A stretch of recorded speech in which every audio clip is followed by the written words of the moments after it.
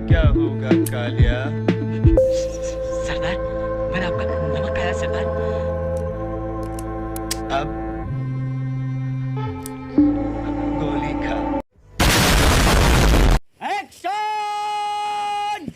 मैं देख पा रहा हूं कि भारतीय युवा का YouTube पर जो आकर्षण और जो भारतीय युवा YouTube को देखने आता है वो कोशिश में लगा रहता है कि कहीं इस YouTube के माध्यम से ही सही उसे कोई जीवन साथी या संगिनी मिल जाए।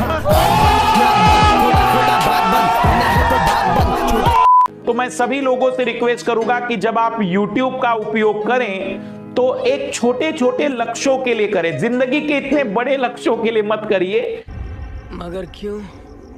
क्योंकि वो तुम्हारे लिए हानिकारक हो सकता है।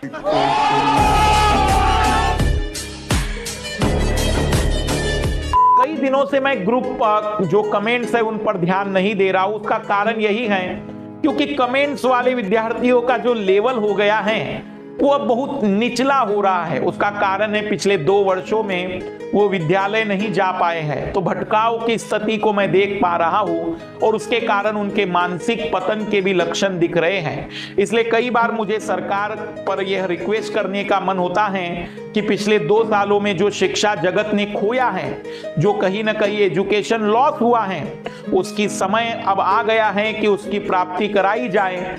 कोरोना के इस दौर में एजुकेशन के साथ कॉम्प्रोमाइज न कराया जाए, नहीं तो भारतीय युवा लगातार कमेंट्स के चक्कर में भटकते चले जाएंगे। कई सारे जो लाल लाली हैं, भावी आईएएस मैं कहता हूं आप लोगों को, तो मेरे शब्दों के महत्व को समझा करिए। मैं आपको भावी आईएएस के रूप में देख रहा हूं, भावी आईपीएस के रूप में देख रहा हूं, पर मेरा लाल अपने आप को आईएएस समझता ही नहीं है। वो तो मान के चला है कि मेरे से तो सर होगा नहीं, हाँ लेकिन थोड़ा बहुत मनोरंजन तो हो जाएगा।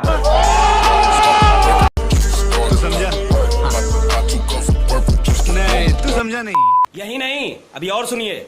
कई सारे लालिया भी हैं यहाँ पर जो हमारे कमेंट का जवाब देगी।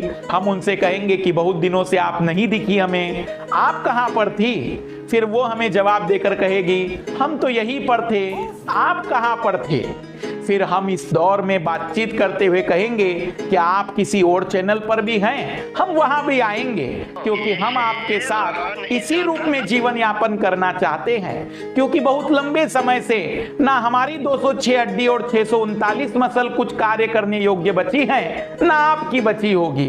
तो चलो इसी बहाने इन 206 हड्डियों का बोझ थोड़ा और बढ़ाते हुए 2-4 घंटे जीवन के गुजार लेते हैं।